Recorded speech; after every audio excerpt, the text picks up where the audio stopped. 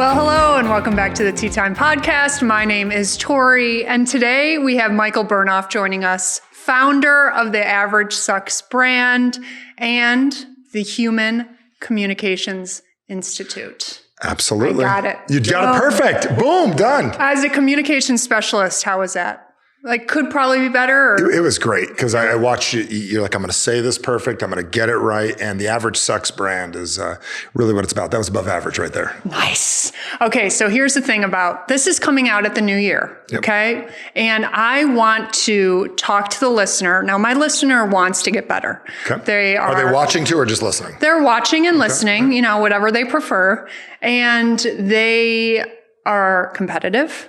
Okay. And they're an athlete. Okay. And they love golf. And they love to work on their game. And they want to fucking win, Michael. Win. Okay. So it only seemed fitting to have you on here giving any insight that we can to give us the edge. I love the idea of helping people win right off the bat. The fact that you're winners, that's great. We live in a world right now where winning is not top of most people's minds. It's a lot of times when we say we want to win at something, we're assholes. Somebody's got to lose and it's not okay. And I got to commend all of you. If you admit to yourself that you need to win, you're part of the small variety of people left in the world, the people you and I like to hang out, which is great. So here's my big question. Like, what is the definition of winning in golf? So I just want to be right off the bat. You're the golfer.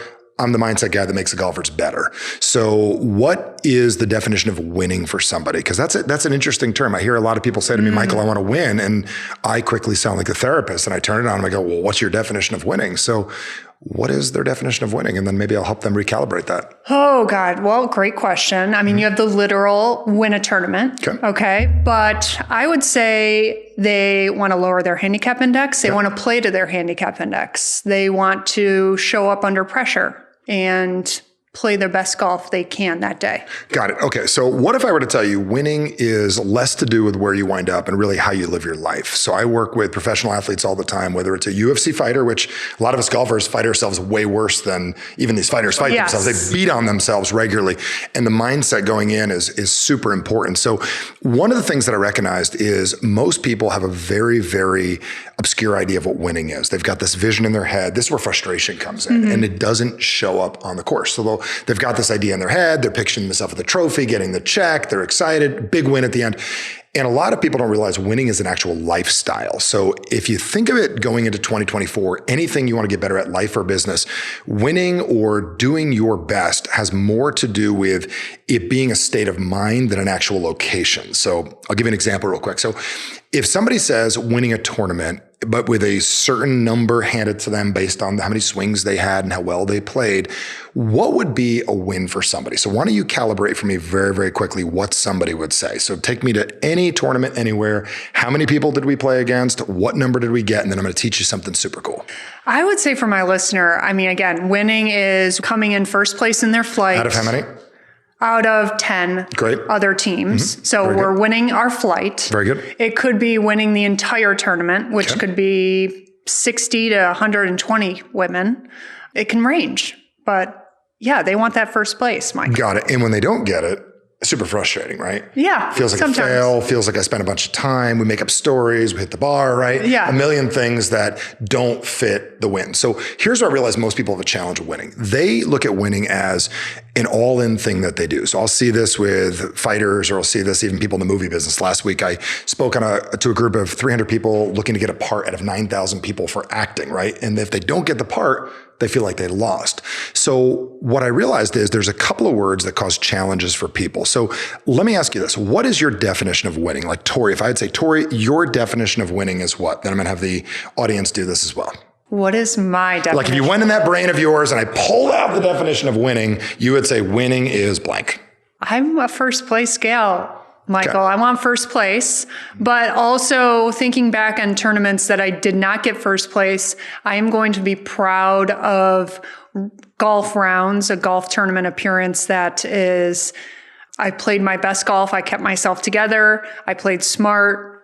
Okay. You know. Now, the reason you say that is this is what most people do. They look at things. There's 5 letters and 2 words that cause more turmoil, more frustration, and screw up more people's golf game than anything else. I'm going to tell you what those words are here in a couple seconds. Okay. And what most people do is they build themselves a list. It looks like this is what a win looks like to me. I'm going to play great. I'm going to come in first. I'm going to do everything great. And I'm going to look good as I do it. My shoes are going to be great. My outfit's going to be great. I'm going to look good. There'll be no sweat. When I finally get there at the last picture, I will be dialed in and this is going to be great. What people think is that's a multitude of things. And what that is there's one word that causes more frustration, more angst than people, and it's the word and. And I'm explaining to you this right now. So if I said, I'm going to win, and I'm going to look good, and I'm going to play well, and I'm not going to be bothered, and I'm going to come first in my flight, and I'm going to do this, you think I said 7 things. But I really said 1. It's like winning the Powerball. And most people get frustrated because they have 9 things they need to get. And they say it's a win, but it's really 9 things that need to happen all at once. People do this in relationships. I want the right guy that I get along with their in-laws, I get along with the parents, and they're the right religion, and the right hair color, and the right height, and they like golf, and they don't bother me, and they let me buy what I want. That's really actually one person that has to do 9 things. So what highly effective people have learned how to do is not use the word and, they use the word or.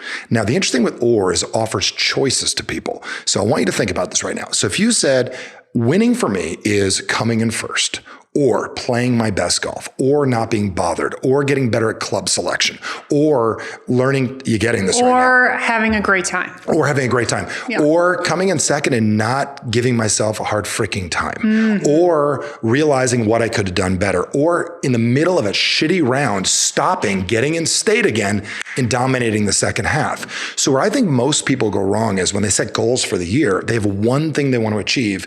900 things have to all line up and they cause frustration. Mm-hmm. So what an or list does is it offers options for people, and people do better when they have multiple options. So when I think about people that want to get better out there, winning has to be something that you have 9 or 20 or 30 ways to achieve it.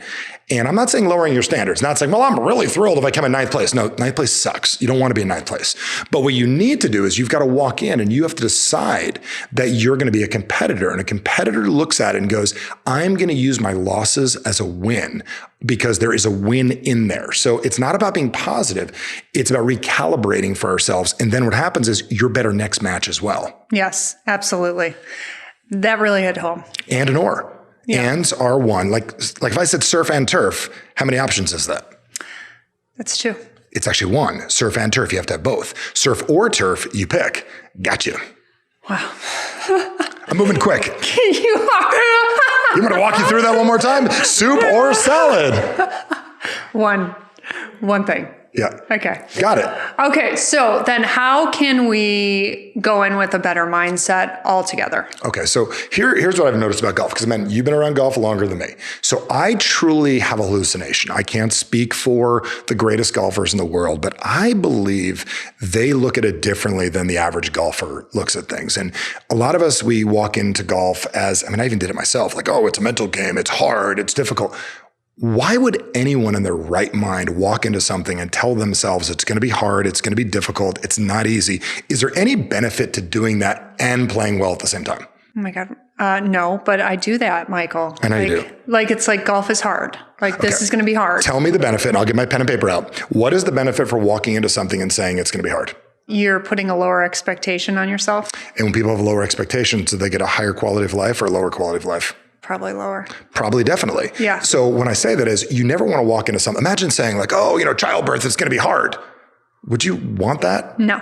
Or you'd say, oh, building this house is going to be hard. So one of the things I recognize, I don't think golf is hard. I believe golf is harder than maybe some other things that you've done before. Mm-hmm. So when you add the E and R at the end of the sentence, what happens is harder than something. Like, I'll give you a little example. I was in Utah, I believe 2 years ago. And I'm walking out of this restaurant and this drunk lady walks out of this bar. Now, I think I'm in Utah. There's a drunk lady, right? And she stumbles out of the bar, probably in her 60s. And she comes out of the bar and she's like, you don't get it. And I don't even know who this person is, with a friend holding her up. And I don't drink at all. And she goes, you don't get it. I go, are you okay? She goes, I'm going through a divorce. It is so hard. And I looked her in the eyes. I said, your divorce is not hard. And I paused. She sobered up immediately. She was ready to kill me, right? I said, it's not hard. It's harder than you'd like it to be. Instantly, she said, I never saw it that way.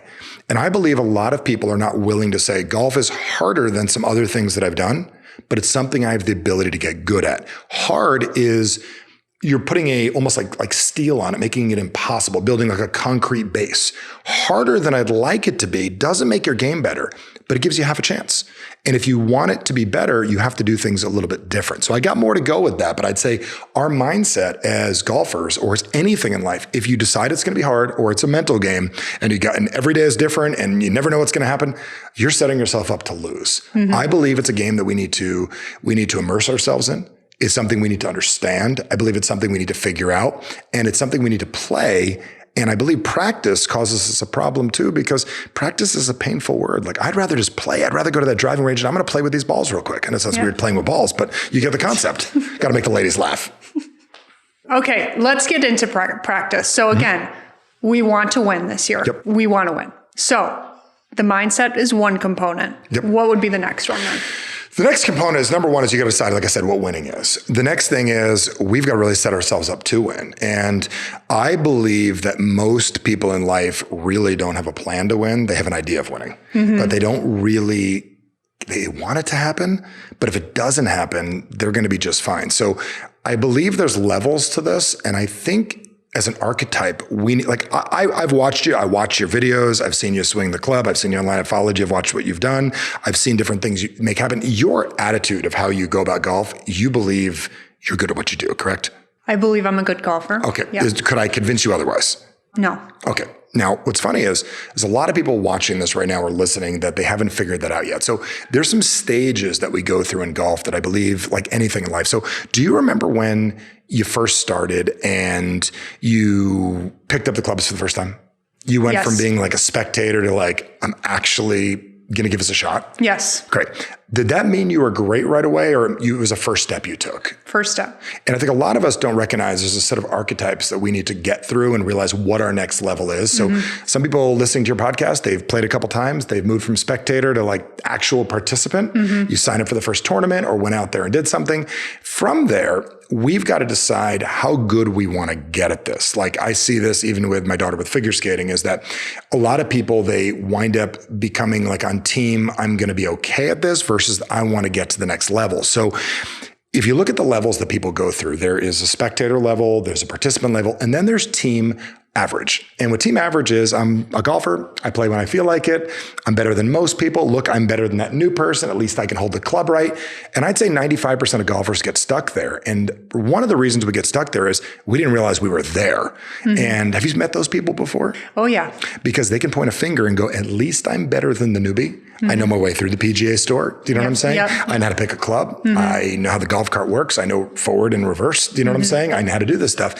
Where the game really gets interesting is the next part. Have you ever come across people that are super committed, frustrated with themselves? Yes. Okay. Have you ever seen someone that gave it everything they got? I think it's rare. Okay. So what happens is people will say to themselves, Michael, I am so committed to being great at golf. And they're committed to being great next year. So I'm going to warn everybody in advance. They're like, 2024, I'm going to get fully committed to my golf game. And I will tell you that's some of the worst advice you could ever give yourself. And you're going to say, why? Why? Well, why? You have to say why, but I figured you were going to say why. And the reason I say that is I see people all the time that are fully committed, that give it everything they've got, and they haven't really accepted a simple fact. Being fully committed to your game is not going to get you better. Being fully committed will get you about as good as you are. It'll get you what your average is in life. What we really need to do is understand what golf is really about. So when you sign up for a competition, what are you considered when you sign up for a competition? What do they call the people? Players. Players, very good. So players is the level 2. The field, yeah. The field, level 2. The people that really want to win, they're competitors. But the question is, have people really decided that I'm going to be a competitive golfer? Now, that is a big decision that we make. I see it in your eye. You just gave that grin. Like, if I gave it to my mom when I was a kid, she knew I'd win. Yeah. It's that smirk that you give. It's that feeling. So going into 2024, one of the biggest outcomes we got to understand is, how does a competitor play golf versus a committed person? A committed person gives it everything they got. A competitor realizes that there are things that better players do that they don't, that they have to be willing to do, and they have to understand what it means to compete. So competing this next year really is looking at the parts of your game that really are necessary. So let's break this down for a couple seconds. You're saying this group wants to win, right? Yep. So what are the parts of our games that we need to get better at? Let's just break it down to 3 things. Give me 3 things that the average person, if they just got better at 3. Short game. Short game. Very good. Can we use that as a whole? Let's as a whole. So only one of them is allowed to touch a club. Okay, short game. Short game. Very good. What else? Course management. Course management. What else? Can I say discipline? You can say discipline, but I'm going to use the word mindset instead because discipline is something your parents gave you when you were a kid and you got disciplined, and we don't really like discipline. Discipline is like not wanting to enforcing yourself to. It's like that word practice. Yeah. I studied Wayne Gretzky for years and he never practiced once. He played all the time. And if you play golf, you'll love golf. If you practice, you'll find a way to be frustrated with it. It's just a thought. No, I like mindset. You're mindset. Right. I like mindset. So if you said mindset, short game, and you said course management. So my question for everyone is, if you were to look at that and you'd analyze what level are you at each of those things? Now, a lot of us want to compare ourselves to how far we've come. And I would tell you how far we've come is so cute that we want to do that, but that's not going to get you, you're comparing the wrong direction. Oh my God, I do that, Michael. Because you're better than you used to be, right? Yes. Yeah. Okay, but that makes sense. You don't like that. No. If you want to feel good about yourself, we can do that, which means you give a dopamine hit. And it's like, I train corporations on how to use drugs in people's minds to get them to influence them. So a lot of us are little orphan inside, like our little kid that brought the tuna fish sandwich to lunch when they were a kid. Did you have your parents pack you one of those ever? No, my parents didn't make me lunch. Okay, it smells awful. Okay. You get teased and picked on or whatever for doing it. But you wear your sister's clothes. You ever had this or anything like this? And I never wore my sister's clothes, but you might have worn yours. No, but I get what you're saying. And you get picked on. So then like we get better at golf and we're like, look, I'm better than I used to be. Yes. But you're looking the wrong direction. So who's somebody you admire the way they live in golf that like would be great for you? And some of you watching, it's you, Dory. Like some of them, it's you're their person. So direction over there is little orphan Annie. I used to be that little pathetic little golfer that doesn't do well. And then there's me now. But who's that next direction for you? It could be someone that maybe even they played 40 years ago. Who's someone that you watched them play, the way they lived?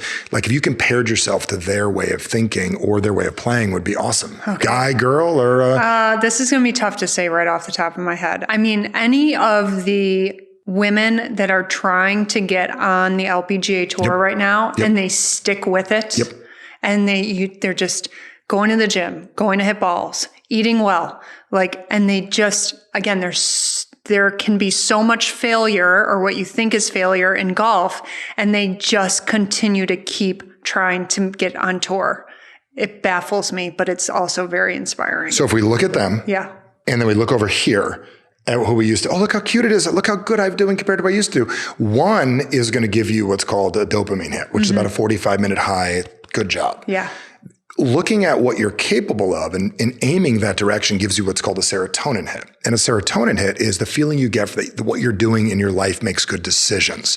Is that what people get at the first of the year? Then when they make all these lofty goals? And we get a dopamine hit. So if you take a look at goal setting, why goal setting doesn't work for 97% of the world, if we did a study years ago and we hooked up these EKGs to people's brains and we got them to talk about their goals. I'm going to win the PGA Tour. I'm going to have a Ferrari, a beach house. I'm going to lose 90 pounds and 12-pack abs. Ladies don't want to get ripped. They want to get tone, right? And this is going to be, get those nice tone arms and everything's going to be great. We realized them talking about them gave them a bigger high than actually achieving it because the achievement of winning the Masters will give you a 2-day high. 2 days later, they found out it's over. Like, that's it. That's all I get. I get a jacket and that's it. Does that make sense? Even just putting it more in our perspective, like winning the club championship or winning the member guest invitational. You're going to get about a 2-day high. Where the real high in golf comes in is what my mentor taught me is the feeling you get on the person you become. It's not about winning. It's becoming a winner. So a lot of people don't recognize it's not about how good you get at golf. It's how much you work on yourself as a person that could actually win. So you don't win by playing well. You win by living well. And that is a radically different perspective that most people need. So you mentioned failure a minute ago. Like, what's your definition of failure? And I encourage everybody to think about that also while I ask you that. Well, I think right off the top of my head is not winning. Okay, the literal sense. But I would say failure now, what I think it is giving up. Okay, got it. So if somebody says failing is not winning or hitting the ball wrong, you made it very easy to produce. So what happens is you make success, which we talked about earlier, very complicated. I got to hit this and I got to look good. And the pictures afterwards have to be good. Because some of these folks, they win and the picture doesn't come out good and they feel like that sucked. Am I right? Have you seen this before? I mean, Ashley just sent me a couple pictures that I didn't like. You don't like them. And that could throw the whole... Can I post that, Ashley? You could have played perfect. Failure. Right? So what I love to do is make failure impossible and success easy, which most people have that backwards. Most people failing is screwing up on the course today. Yeah. And winning is, I got to win everyone, top my flight, and I got to look good, and my picture's good, and the drive there, and I have to get along with my husband afterwards, on the drive home. All of that has to happen. So we want to make failure impossible. So I would say failing in golf would be not winning anything or hitting a ball well for at least a decade. And you getting this? And going out of my way to skip all of my appointments and pissing off my coach, right? And never going to the range. And not making any friends. And not making any friends and being mean to the other women and calling everybody a bitch. Does that make sense? So what's funny that is a failure. We would never do that. Yeah. And forgetting how easy it would be to succeed by just remembering that I'm a grown adult playing a child's game, which is great, and I'm winning right off the bat. You got to remember we're playing a game with a ball and a stick in our 20s, ladies, because I know all women live to 29, stay there permanently. Exactly. My wife taught me that. But the point is, we're grown adults playing a game.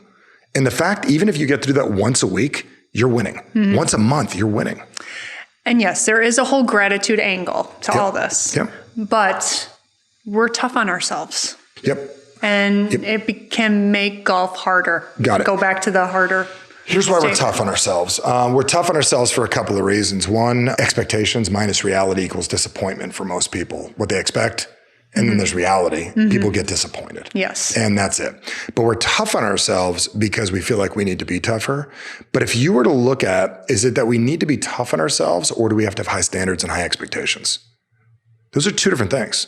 I know I'm playing with words, but I'm not. Okay. And the reason I say that is being tough on you going to make you a more loose golfer? Because you do need to, I know enough about golf that if you're stiff, do you play well? Tension is not. Tension is the anti-sport, correct? And even in physical sports where you get hit, if you're tense, you get injured, right? You never want to tense up.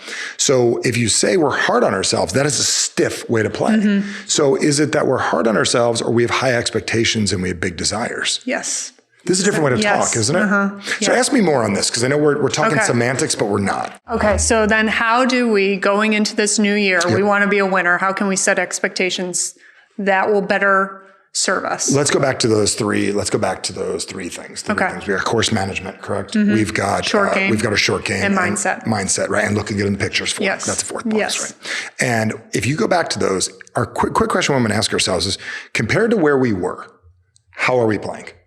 And immediately give yourself the win, compared to where I used to be, I'm doing better, correct? Compared to what I'm capable of, where am I at in a metric standpoint? So if you look at these women that are giving it everything they got and making it happen, compared to where you used to be, you're probably a 10 out of 10. Compared to what you're capable of doing, where do you think your game is? What number would it be? Are you asking me this personally? Yeah, you just for fun.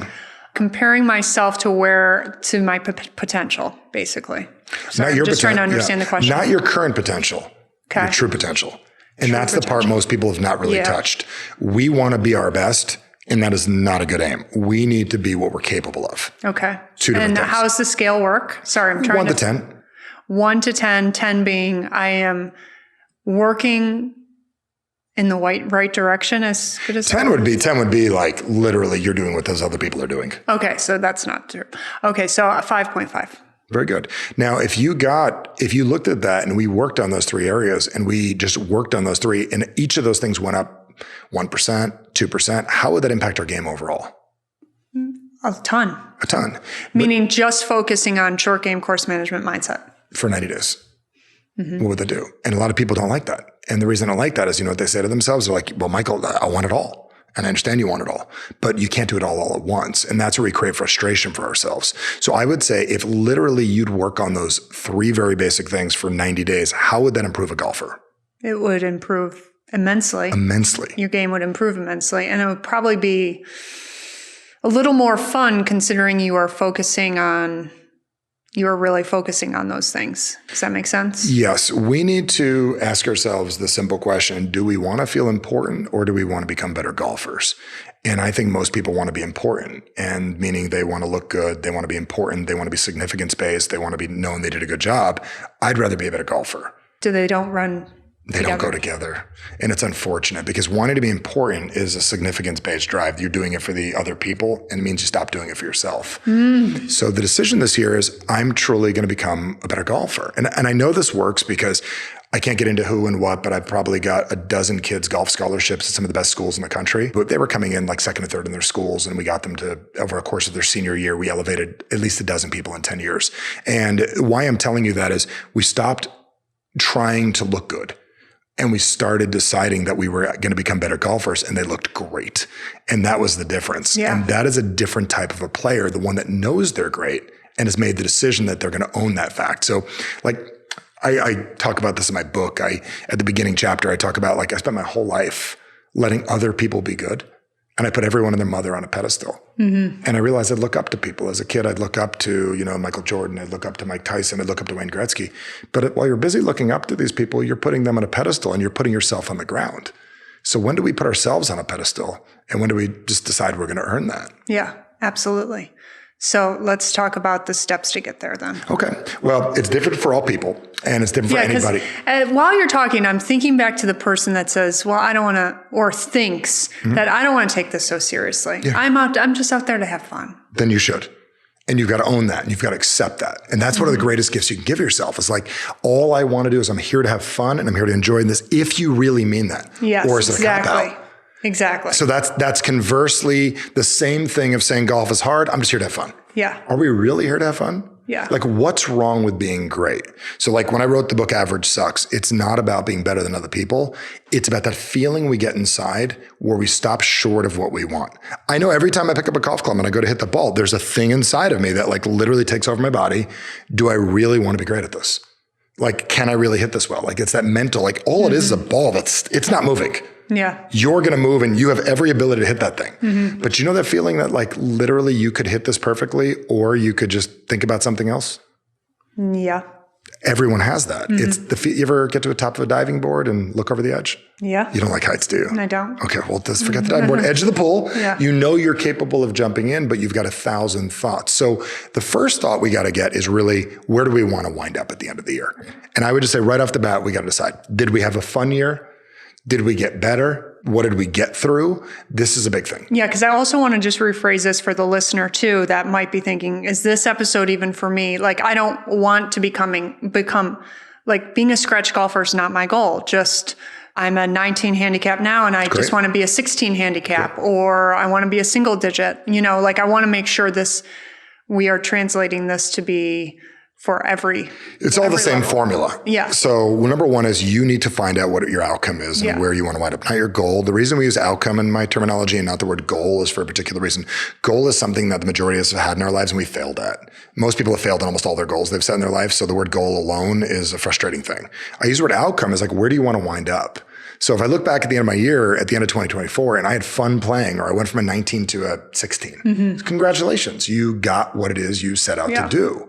So continue. Do you think people make their goals or outcomes more lofty or not high enough? Both. Both? It's both. Yeah. And it depends. I believe we really don't give ourselves enough credit we're capable of. We look at things from our own current reality.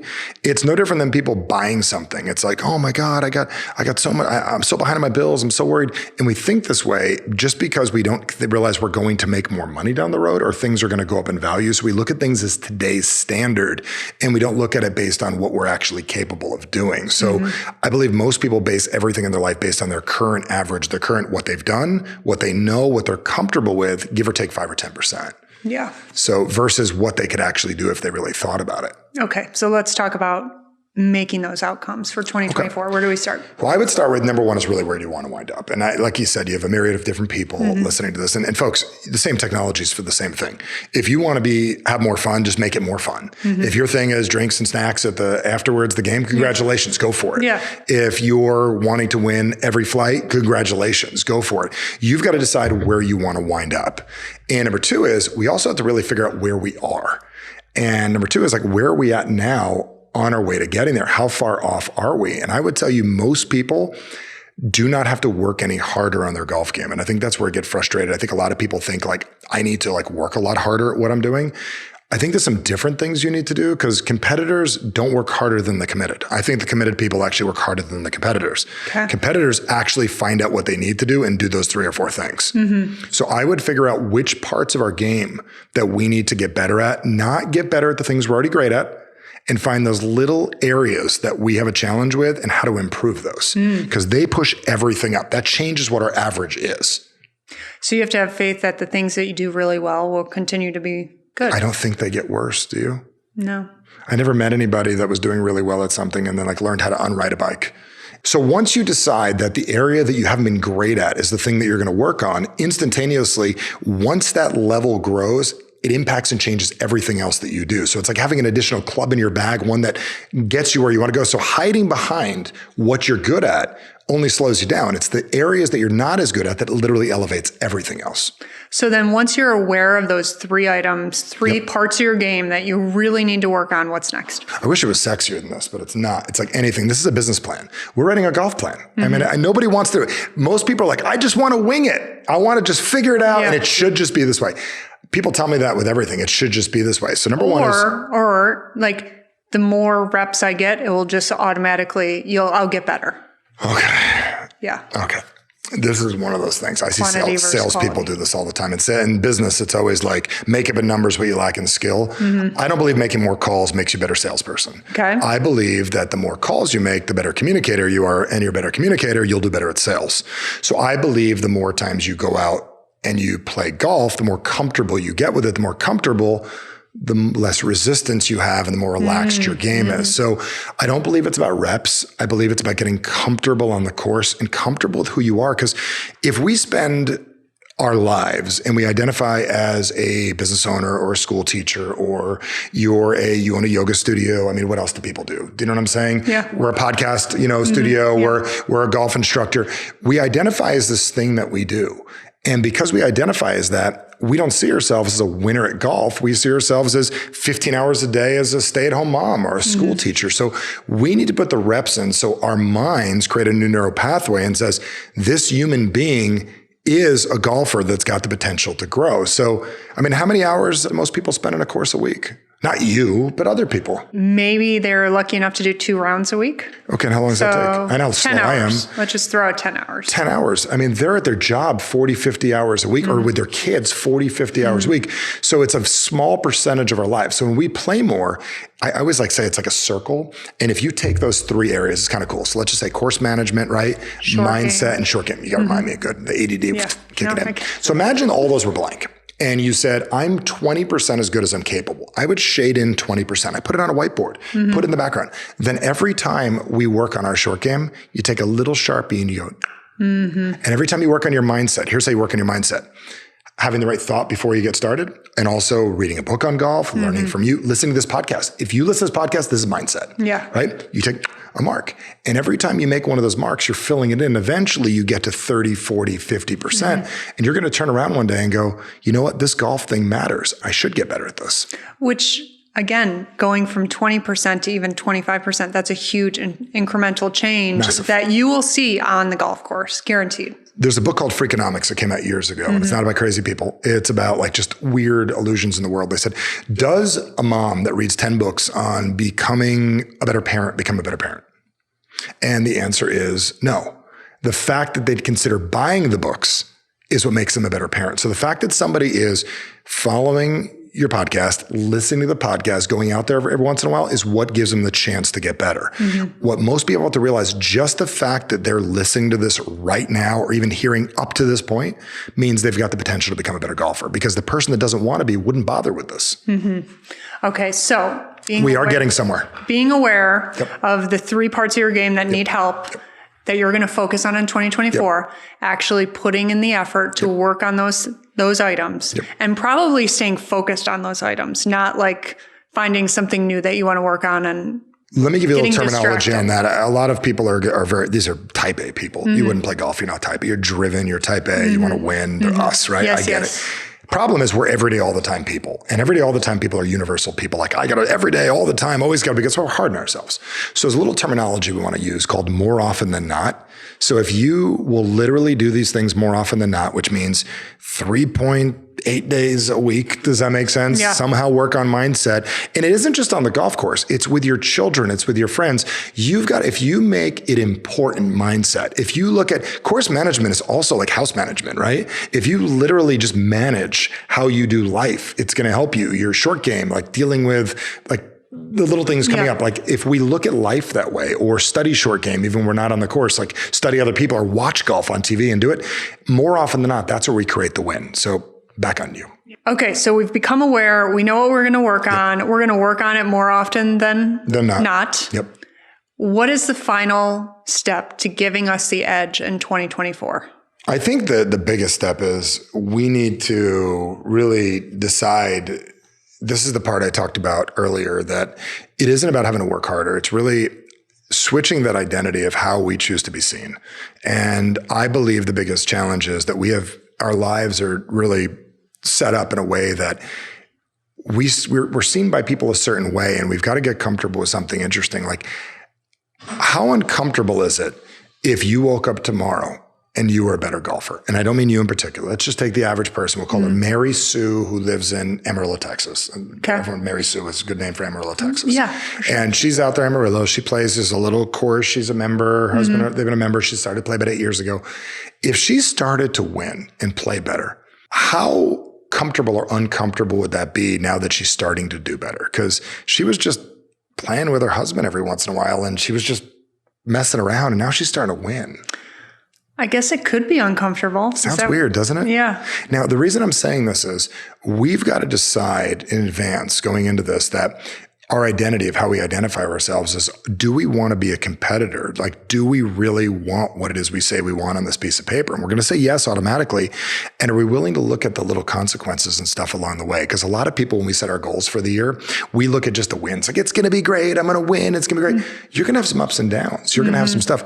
Are you willing to be the person that gets through those things? Are you willing to accept the responsibility that goes along with it? You're going to become a better golfer. And do we want to tie some of the other emotions to it? So the fact is, people are going to come up to you. They're going to want your picture. People are going to, they're going to want it, right? You're playing well. They're going to want to know how well you're doing. They want to know how you got better. People are going to want to know these things. I'll say some things like, they're going to think you're a sandbagger. They're going to say, oh, you won again, almost making you feel weird about it. Yep.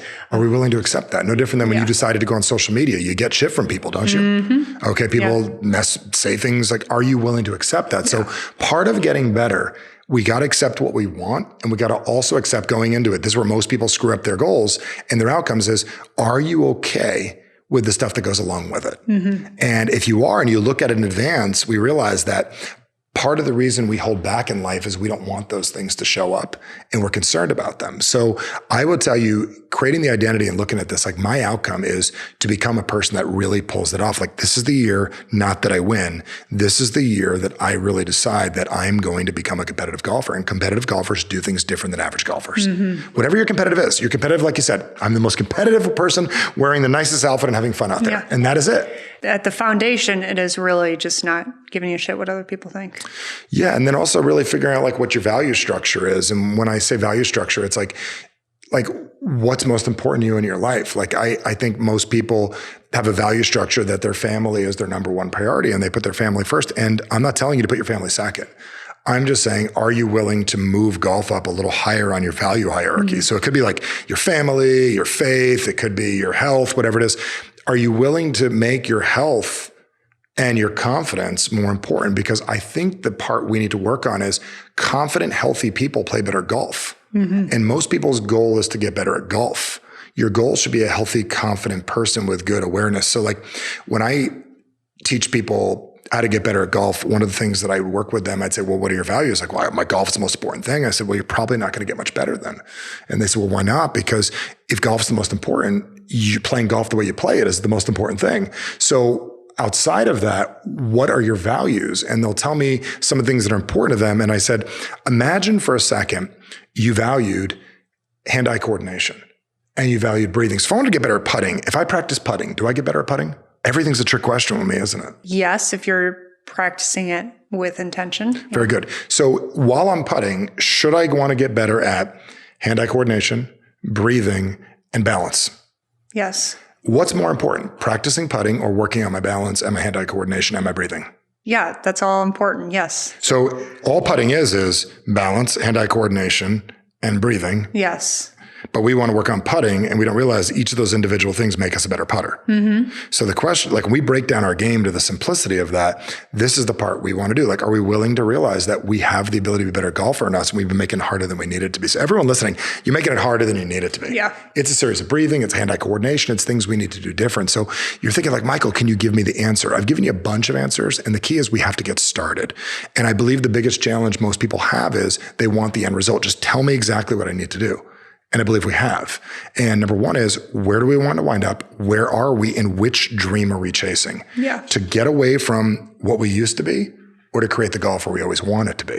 So what's your ultimate outcome for 2024? Great question. Okay, so I'm going to put this in my context of things we're going to do. So I'm going to put this in my own thing. I had to do the same thing for myself. Mm-hmm. So for business, personally, this is one of the things I had to put together is I had to figure out what I have a challenge with. So one of those is we are masters of selling. We are masters of speaking, and our events are absolutely incredible. So for me to work on those would be to work at my part of my game that I'm really good at. So there's some things I'm not so great at. Building teams. To help you scale. Building teams for scaling. Yeah. Number two, sharing our message in marketing more effectively. We've mastered selling, but we haven't mastered marketing. Mm-hmm. So we're going to look at these compared to the things we're great at. Compared to where I used to be, I'm killing it. Mm-hmm. Compared to what I'm capable of, it's pathetic. And I'm willing to use those words on myself. Yeah. And the reason I'm going to use it on myself is I want to use leverage on me, because what I recognize, if I act like, oh, it'll be okay, I'll never do it. So compared to what I'm capable of, sin, it comes from the Old Testament, which means to miss the mark. And I truly believe that the biggest sin we have is to not live up to our potential. And I also realize people are watching us all the time.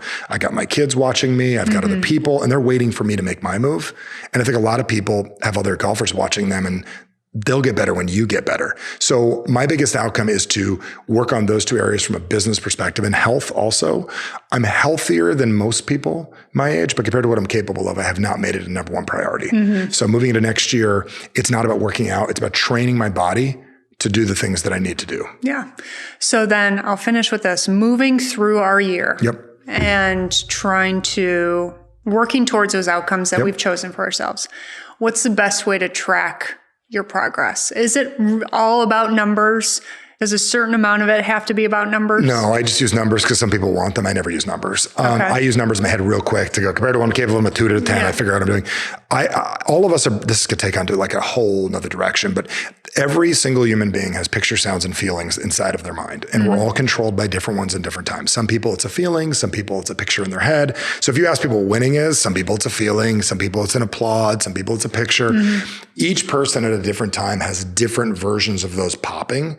So when somebody's headed in a direction on what they want to do, we've got to learn how to control and manipulate each of those things. So I believe the outcome is to get really more comfortable with the person we're capable of being. It's no different than sobriety or anything else. So when you get more comfortable with being that person that you are, that's where the change kicks in. So I think a lot of people listening right now, if we get more comfortable being a better golfer, we become a better golfer. If we get more comfortable being a fun golfer. So I don't base it on metrics.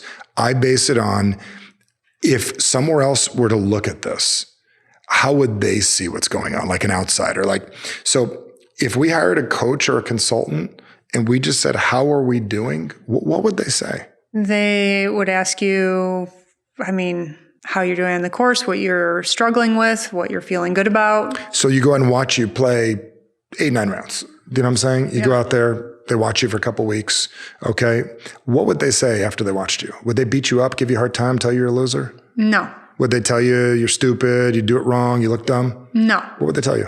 They would say you're doing these areas of your game really well. These are the other things that we need to work on.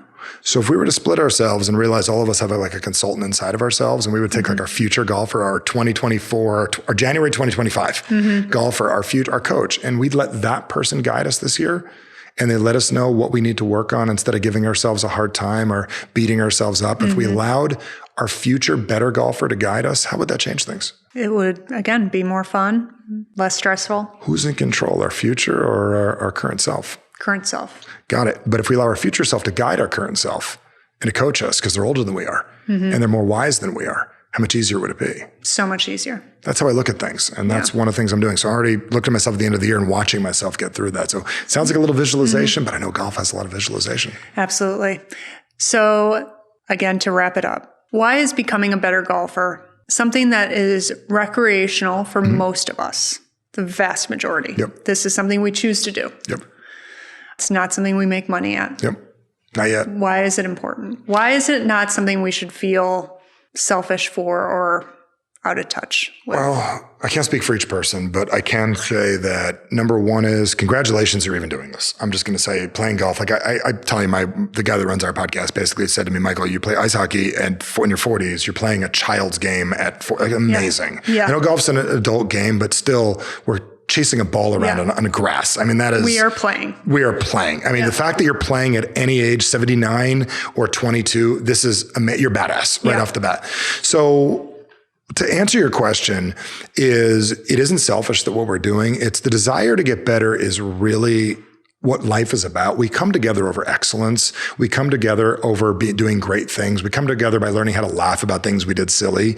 But I'm also going to tell you, we live in a world today where there aren't a lot of people going for more. And if we love our families, and we love our communities and stuff, people are looking to see somebody just work towards something, and we inspire others. So what drives me is this idea inside that our lives matter and that we do influence people on a regular basis. So like the fact that you put your clubs in your car and you pop in the back of your SUV and you put the clubs in the back, your neighbor sees you, and that may either get them to pick up golf, which is great. We want more people to play, not less, we want more.